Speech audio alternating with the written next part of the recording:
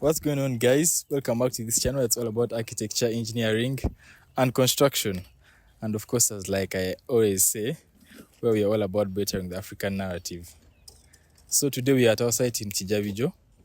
I'm just going to be showing you around.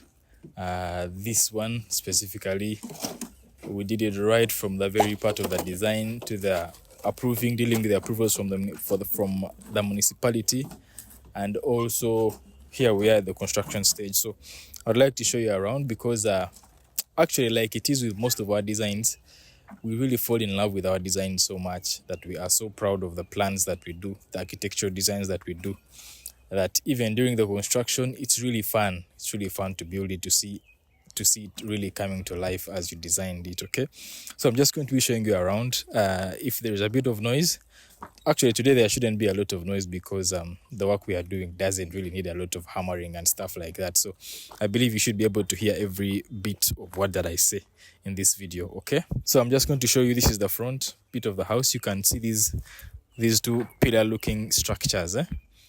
I think if you've watched the video of the design, you should be able to comprehend them. These very ones here that you can see, these ones here, these are actually dummy pillars. That's why we are building them with blocks. This one too, yes. They are part of what we used to bring out the aesthetic of the house, but they are not really doing so much function. But the pillars which are going to be here in front, like you can see these pipes, they're also going to be serving as ducts for water that is coming, some from the roof, some from the slab that is from up, but for others they are really dummy pillars. So I'm just going to show you around. This is the balcony. The two pillars there also are similar to the two pillars that you see there at the end. This one is the living area. The living area, this one should be about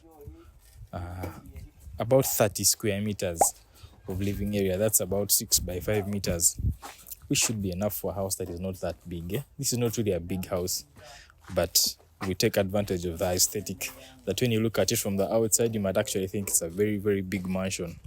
This is the dining space, very big and spacious. Now, in this scenario, our client preferred not to have an open plan. As you can see, there's actually a wall that is separating the dining from the kitchen, and there's just a serving window. If you have watched most of our plans, we usually have an open plan concept, but not everyone is interested really in having an open plan concept. That's why you see this window. We are going to be working on more detail as the project actually goes forward. But on this side is the kitchen, which we are going to go to in a bit. Okay, there is this little wall that is being constructed. This one right here. Yeah, it's providing a bit of privacy for this corridor. But on this side, we have the stairs, as you can see. Whenever you see bars like this coming from the ground at any point, just know these are to be received by the staircase. So the stair runs from here, half landing is there, and it comes back up. But like we always do for most of our projects, you realize that this window is going to go all the way up. Okay, so when we are casting the half landing of the staircase at this level, we always make sure it ends in about half of this wall, so that the glass facade can come and sit just next to it, so that for someone viewing from the outside, it looks like this is all one open space that is going up to the top of the building. But this is all space for the staircase.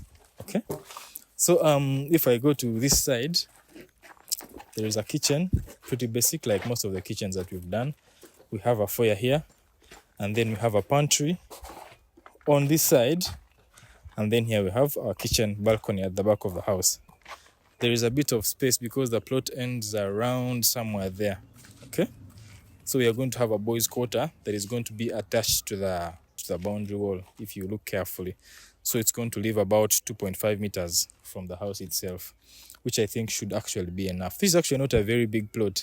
It's almost an equivalent of 25 decimals, 23 around there, but the shape is a bit not so regular. So building this house, actually specifically setting it out on the land itself, is not something very easy.